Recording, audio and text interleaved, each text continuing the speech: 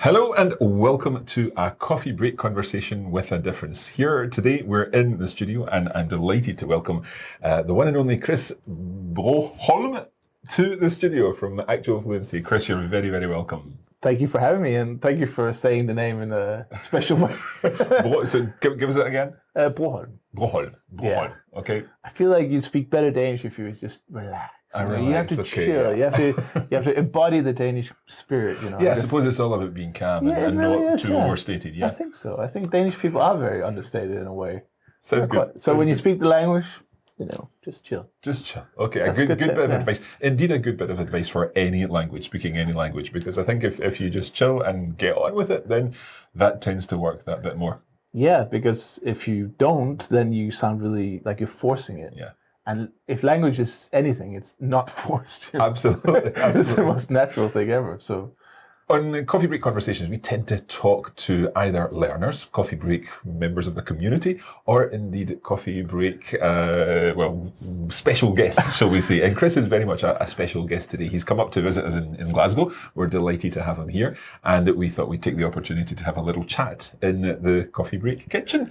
And you're very welcome. I thought it was going to be called the Coffee Break Coffee Shop. The Coffee Break Coffee Shop, well, yeah, we'll charge you for your coffee afterwards if that's the case. Kris, tell us a little about what you do. Yeah, so my main website is called Actual Fluency. And that's where I produce a podcast, generally weekly, where I interview language learners and polyglots, community experts. I just interview you, so you're also on there. And the idea is to give people a weekly kind of anchor for their language learning. So personalizing it in a way, motivation, inspiration, ideas and methods on how to learn languages better. So that's been kind of the core of what I do. But recently I've also started working more in the industry, more for the marketing side. I work with Ollie Richards, our mutual friend. Yep. So I do the marketing over there, some of the marketing. And I also recently started organizing a new event called the Nomad Cruise. Okay. So that's a lot of things to There's a lot going on. Yeah, absolutely. work on there. Yeah. Personally, your own language learning experience has been varied. Absolutely. Yeah. You're a native Danish speaker. Your English is like phenomenal. But tell us a little more about the languages that you've had experience learning. Yeah. So English, as you indicated, is my earliest kind of memory. And the reason that my English got so good so fast was because of video games, primarily. I mean, we also had a lot of American television. So I remember like Knight Rider and Friends, and every day I'd come home from school, there'd be like 10 Friends episodes in a row, So that's a big part of it. You had to find out how to beat these video games, and the only language was English. All the games were in English. So English became sort of my first language after, I think it was about 12, I was walking home from school, and my inner kind of voice changed to English, and it's been that way ever since. Oh, so you think in English? Yeah. Okay, that's right. The first, yeah. And then German came. I had German for about 8 to 10 years in school, so I kind of brute force learned it. I think 8 to 10 years of anything is a long time, but in school, really, people don't tend to get that much proficiency. Okay. But for me, just because I did it so long, I eventually picked it up, and I went to Germany a couple of times. So that's a very strong language for me. And then I've dabbled in French and Spanish as well. And Norwegian and Swedish almost the same as Danish. So I get those for free. Yeah. Good tip there.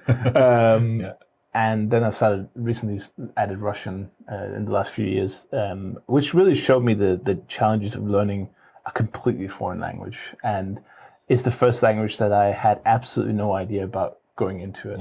And you get very little help in the language as well. There are very few cognates. Yeah, there's not a lot of reference points. Right, nothing. And the grammar is so different. Even though I knew some of the case grammar from German, Russian is just, it's like 10x, you know. So, that's been my experience. And I plan to do much more. I'm not like the typical language learner. I like to see myself as more of a language journalist, really, where I try to showcase other learners who are much better than me and try to give people inspiration and motivation to do more themselves. But I do want to add more, of course. It's just time. Time. Like everything. You know. It's always the enemy. Time is always the enemy. That's it. Not enough time. How do you find time to do little bits of language learning? Because I think here at Coffee Break, we always think about the idea of being able to fill the time that you do have with language learning. So what are the kind of things that you do when you've got a little bit of time to work on your Russian or your German? Yeah, I think it's about filling in the spots where you can do two things at once. So if you have got a long commute, put on a podcast. If you are traveling a lot, bring a book on the flight. And I think some people who they have a family, they're like taking care of the house and everything. They might not have any time left, and don't despair. Take it easy. Don't overcommit. But what you can do is usually in the morning or in the evening is where people have usually a little bit of wasted time. A lot of people tend to snooze a bit in the morning. I mean, I know I like that. But and in the evening, it might be some Netflix or some, whatever, binge watching a new show, where you could potentially fit in some language learning, like a half hour before bed, half an hour before you start your day. Those are kind of the typical areas where people can fit it in. Additionally, on top of like the commute, the traveling, the all the other, like doing your chores, even you could have a podcast. Like put your headphones in. Yeah, that's it. And it makes doing the dishes much more enjoyable. I think it is definitely this idea of it doesn't need to be like 2 hours. Even if you can perhaps replace one episode of your Netflix show with a little bit of language learning, then that's always a good thing. That's it. And you get the benefits of language learning you get from day one. It's not like you spend 3 years learning Russian, then, now I can start to enjoy it. Yeah. No, you learn how to say, how are you? And you go down to the Russian shop or you talk to your Russian pen pal, whatever, and you see their reaction, and that becomes your fuel for continuing. Absolutely, yeah. I think it's even more effective than learning a musical instrument, because you have to work at the musical instrument a little bit before you can even get a simple tune out of there. But with a language, from that first day, if you learn the word for like a coffee, please, you can get your coffee. Yeah. And you can also make people happy because you've used their language when you're asking for your coffee. I think so. That's my philosophy anyway, that people get really excited when they see it. Tell us a little about your latest project, because you've got a very interesting project that's linked to the whole idea of language learning and so on, but it's giving people an opportunity to do that, build their own experience of language learning, but in quite an interesting context. Right. You're talking about the Polyglot Cruise, I assume. Polyglot Cruise, go for it.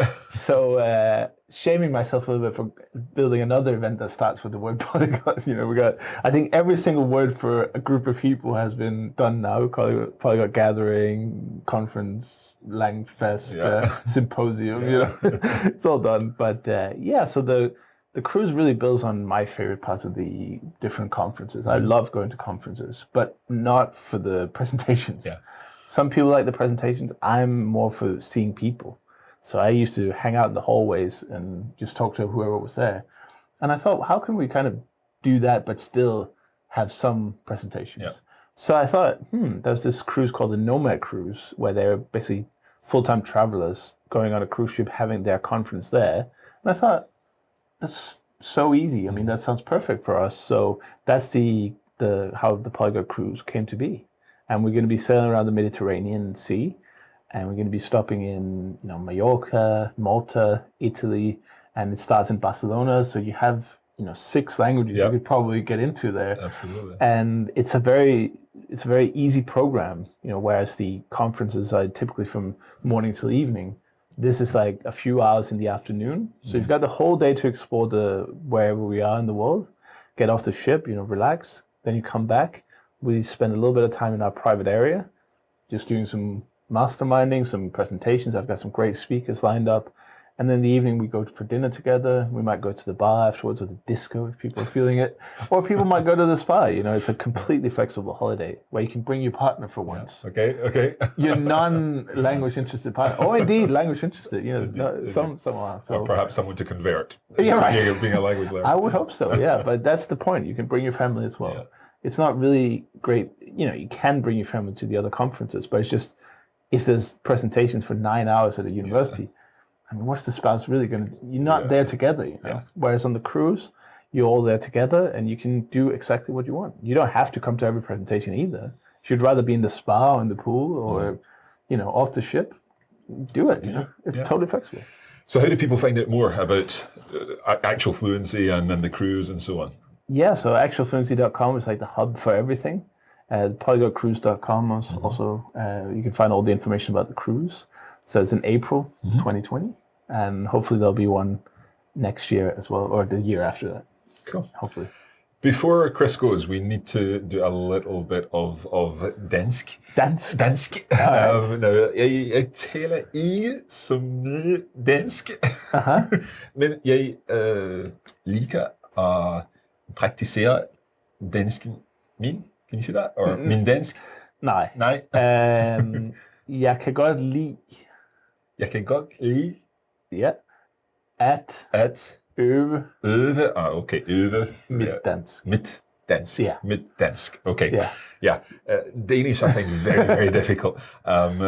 But perhaps you could introduce yourself in Danish for our listeners. Ja, mit navn er Kris Broholm, og snakker her med Mark i Glasgow, Skotland. Understood that bit. Der er mange, der synes, det er sjovt, når jeg snakker dansk, fordi de fleste hører mig kun snakke engelsk. Så jeg håber, at folk, der ser den her video, vil synes om det, at jeg nu snakker på mit modersmål. Men ja, det er ikke naturligt for mig i hvert fald. So it's not natural for him to be speaking in his mother tongue. No. But what else did you say there? I was saying that some people find it really funny when I speak Danish. Yeah. In like a video or a podcast because they have never heard it before. Yeah. And it's very different. Yeah. And it changes your personality when you switch languages. Yeah. So a lot of people send me comments saying that was really funny. I can't, some people say I forgot you were in Danish. So yeah, I like to do that sometimes, but it's like a what do you call it? Like a special power. A superpower, yeah. Yeah, superpower. Your superpower is Danish. Yeah, it's true. Yeah, I can bring it out at times when I need it. And I have a lot of sympathy for people learning it because it is tricky, especially the pronunciation. But, just to give our viewers a little hope, the grammar is very simple. Yeah. The structure is very much like English, a lot of loan words. They use a lot of English words in Danish now. Yeah. So there's a lot, it's easier in some areas, but the pronunciation is hard. Svært? Is that Swedish? Ja, svært kan man sige. Udtalen er vanskelig, eller udtalen er svær, ja. So the pronunciation is vanskelig, difficult. Yeah. Well, there you have it. If you're learning Danish, post a comment below and let us know if you understood what Kris said. Kris, thank you very much for taking part in this coffee break conversation. We hope that you've enjoyed it. And if you want to find out more about Kris, then obviously you can do so at actualfluency.com. If you'd like more videos like this, then don't forget to subscribe and hit the little bell icon that appears in order to be notified when we're putting out new videos. But for now, that's it for this coffee break conversation. And we shall say tak og farvel. Tak og farvel. Vi ses. Vi ses.